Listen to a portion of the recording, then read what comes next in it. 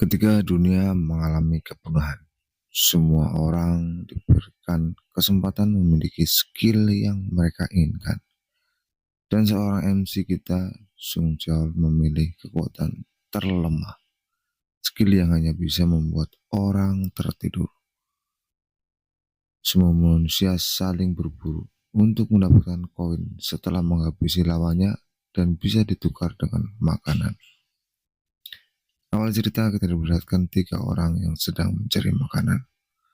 Wanita itu pun berteriak karena takut melihat tikus yang berkeliaran. Pria yang berbadan besar menenangkan bahwa tak usah takut karena kami semua pasti aman.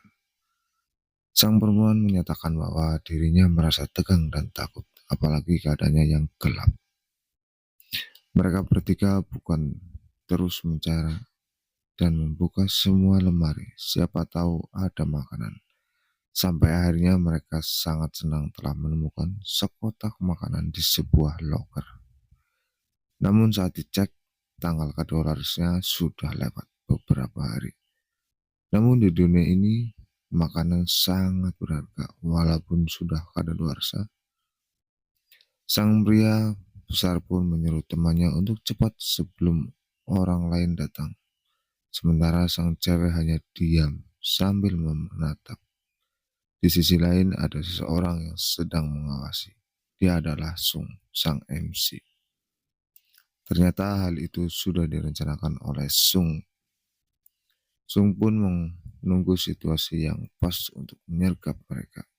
Sementara saat Jinso bersiap memasukkan makanan, perempuan itu meliriknya.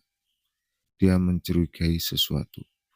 Lalu wanita itu pun meminta tas Jinso. Ada apa, Nona? Lalu dia pun merebut tas itu. Dan si cowok kekar pun kaget. Ternyata isi tasnya adalah CD milik si wanita itu. Dan dia adalah pacarnya. Aku akan menutup mata saat kau mengintipku, Jinwo. Bahkan kau juga menerkamku saat pacarku tak ada. Kalau bukan karena protection seal, aku pasti sudah kau mangsa. Si cowok kekar pun menatap Jinso dengan tatapan marah. Jinso pun minta maaf, tapi tinju langsung melayang ke mukanya. Jinso pun langsung tersungkur ke tanah. Beraninya kau menyentuh pacarku, padahal aku sudah rela berbagi makanan denganmu. Jinso pun bersujud minta maaf kepada mereka berdua. Sementara itu, Sung memperhatikan dari jauh. Namun sang wanita mengaktifkan skillnya dan menyatakan maaf, aku tidak bisa menerima maafmu. Si cowok kekar tanpa basa-basi langsung mengeluarkan skillnya, Electric Shot. Jinso langsung terhempas dan berakhir di surga. Sementara Sung sangat terkejut dengan skill mereka berdua. Sang cowok kekar tertawa seringai. Kini sudah tak ada yang mengganggu pacarku. Sang cowok besar pun langsung memeluk si wanita, meminta jatah. Namun sang wanita menepis tangannya. Dia menolak melakukannya di tempat ini karena takut ada player lain yang datang. Saat si cowok kekar terus merayu sang wanita agar dia mau melakukannya. Tiba-tiba suara langkah kaki terdengar membuat mereka berdua terkejut. Sung tanpa banyak kata-kata langsung mengeluarkan skillnya selap. Mereka berdua langsung jatuh pingsan. Sung pun tanpa ragu langsung menggorok si cowok kekar. Selap, skill yang mengakibatkan tidur selama 20 menit. Dan bisa digunakan kepada 3 orang sekaligus. Si wanita pun terhuyung dan jatuh tanpa bisa mengaktifkan skillnya. Sung menatapnya dengan big story-nya. Barang bagus jangan disia-siakan nih. Rezeki dapat tol, bro. Setelah ia menghabisi lawannya, dia mendapatkan koin yang telah diperoleh lawannya. Koin itu pun muncul di notif status setelah lawannya ke surga. Dia sadar bahwa dunia sudah punah dan hancur. Dia pun lanjut ke permainan selanjutnya. Di dunia ini tidak perlu khawatir karena sebanyak apapun melakukan hubungan biologis tidak akan ada kehamilan. Inilah awal kehancuran dunia. Push rank pun dilaksanakan. Setelah selesai pusreng, Sung menatap wanita itu, tapi fobianya muncul. Saat Sung menatap wanita itu, yang dia lihat adalah wanita lain, wanita yang sangat dia benci dan tidak dia sukai. Tanpa keraguan, Sung pun langsung mengambil belatinya dan mengirimnya ke surga menyusul pacarnya.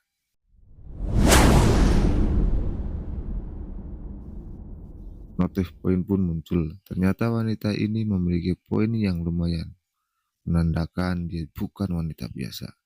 Tanpa rasa bersalah, Sung pergi begitu saja. Dalam langkahnya, dia masih mengingat jelas awal mula kehancuran dunia ini. Saat itu, Sung yang sedang pulang menaiki kereta setelah bekerja.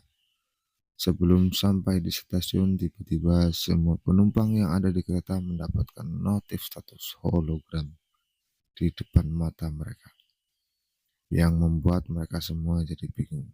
Isi notif hologram tersebut menyatakan bahwa semua pemain yang umurnya 70 tahun ke atas akan dieliminasi. Tidak ada pemain baru yang akan diizinkan bergabung lagi. Lantas hal tersebut membuat Sung jadi terkejut. Bukan cuma Sung, tapi semua penumpang yang ada dalam kereta, termasuk kakek-kakek dan nenek yang sudah tua, yang umurnya di atas 70 tahun, mulai dieliminasi. Mereka mulai menghilang begitu saja. Sung dan para penumpang lainnya kebingungan apa yang sebenarnya terjadi. Jin berpindah ke Sung yang sedang tidur. Namun dia terbangun dengan perasaan tak nyaman. Saat dia tidur, dia selalu bermimpi wanita yang telah ia kirim ke surga. Sung pun mulai berpikir entah apa yang terjadi padaku. Apa lebih baik aku memiliki teman wanita untuk tinggal bersama? Dengan santai Sung membuat makanan. Dia yang biasa hidup nyaman, santai, dan terhindar dari perburuan. Tempat yang Sung tempati adalah bunker bawah tanah. Sebuah rumah mewah tanpa tempat ini juga dilengkapi kamera CCTV. Sambil memakan mie instan, Sung memperhatikan CCTV. Karena Sung punya banyak koin, dia tidak perlu repot-repot keluar mencari makanan. Namun Sung tetap memutuskan untuk pergi keluar. Ia berpikir manusia tidak cukup hanya diam dan makan. Di sisi lain kita diperlihatkan sekelompok pemuda yang sedang membawa satu keranjang makanan penuh. Mereka menghampiri seorang wanita yang ada di sebuah rumah. Wanita cantik itu membuka pintu. Yeji pun menyapa mereka. Hai opa, kamu sudah datang. Kau membawa banyak makanan kali ini kan? Tentu saja, semua ini untukmu Yeji. Mereka pun masuk ke dalam rumah. Di sisi lain, Sung memperhatikan dari tempat yang lebih tinggi untuk berjaga-jaga. Sesaat kemudian 3 orang keluar. Mereka pun merasa senang karena mendapatkan minuman. Di dunia ini minuman sangat berharga karena tak ada yang menjualnya. Jikapun ada ya harganya sangat mahal. Mereka pun tertawa seringai. Ini adalah minuman khusus yang dibuat Jeji. Sambil siap menenggak minuman mereka, namun belum sempat mereka minum, mereka jatuh pingsan. Di dalam kegelapan muncul Sung yang sudah memegang senjata. Apakah mereka bawahan pria itu? Jika hanya 3 orang ini adalah masalah kecil untuk menghabisi mereka, ucap Sung dengan sombong.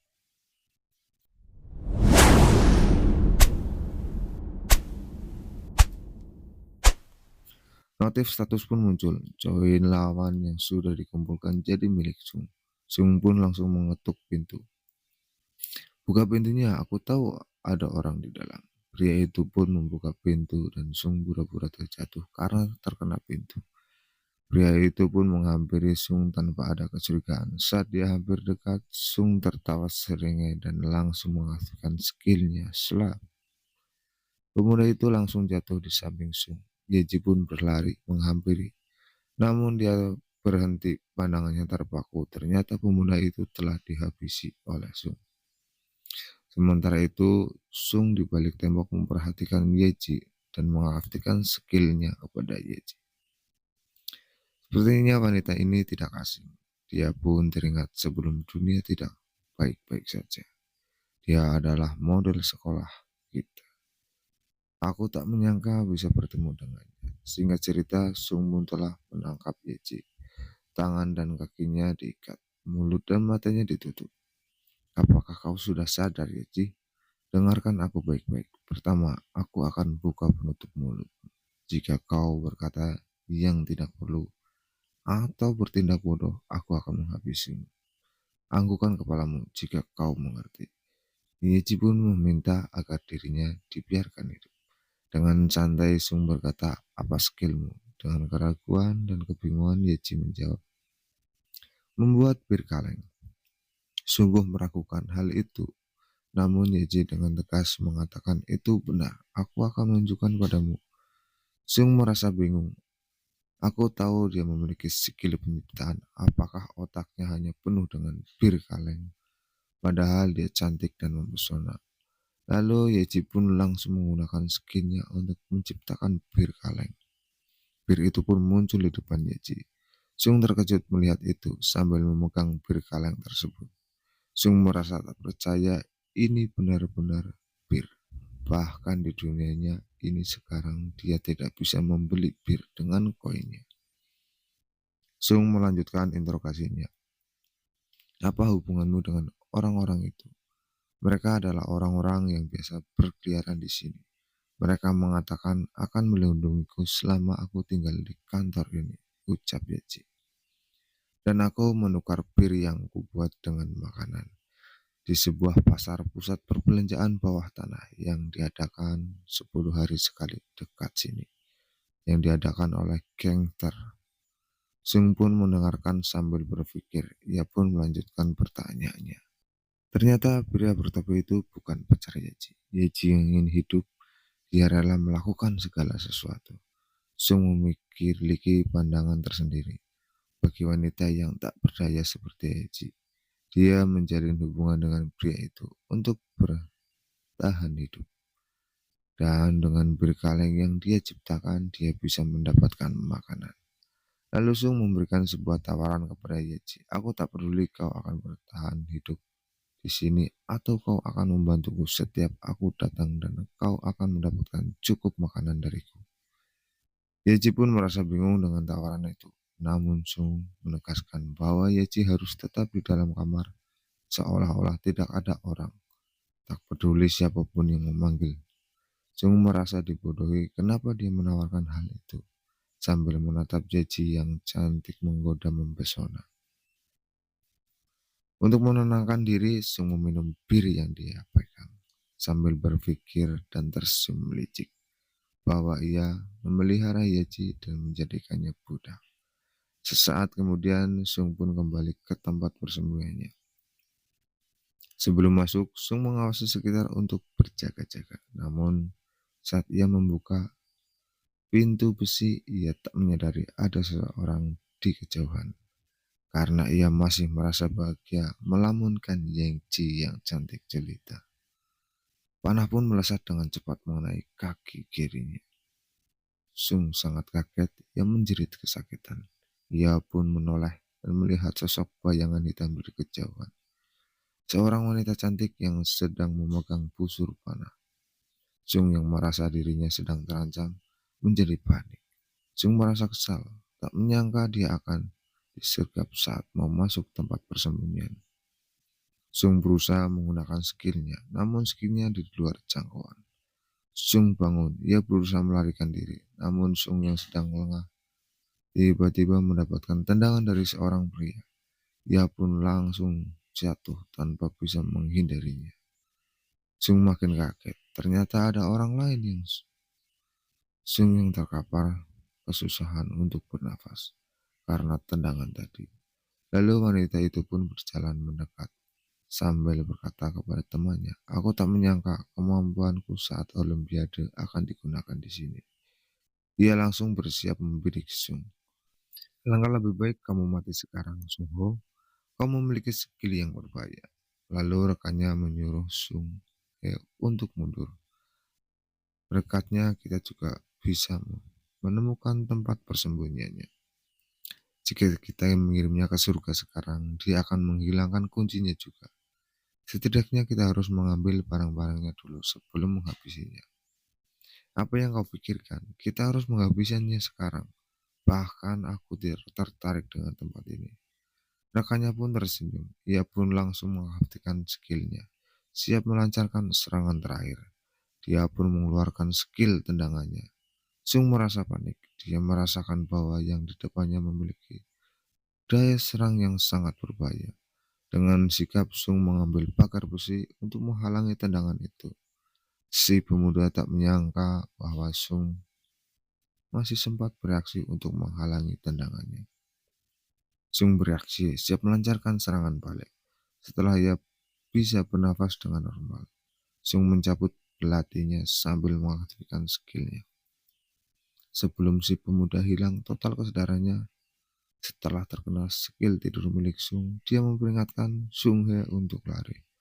Lalu Sung melemparkan belatinya dan menancap di dadanya. Sung He pun terkejut hanya bisa terdiam sebelum dia hilang sepenuhnya. Dia menghampiri Sung He. Sung He, teman masa kecilku, aku punya banyak hal yang ingin kukatakan padamu. Impianku sebenarnya bukanlah medali emas. Sebenarnya aku ingin bersamamu. Aku sangat mencintaimu. Perasaan Sung He tercampur aduk. Dia pun menangis sambil berteriak marah kepada Sung Ho. Dengan emosi yang sangat marah, Sung He menarik anak panahnya. Namun Sung bisa menghindarinya. Dia pun langsung mengaktifkan skillnya kepada Sung He. Dia pun langsung jatuh tertidur.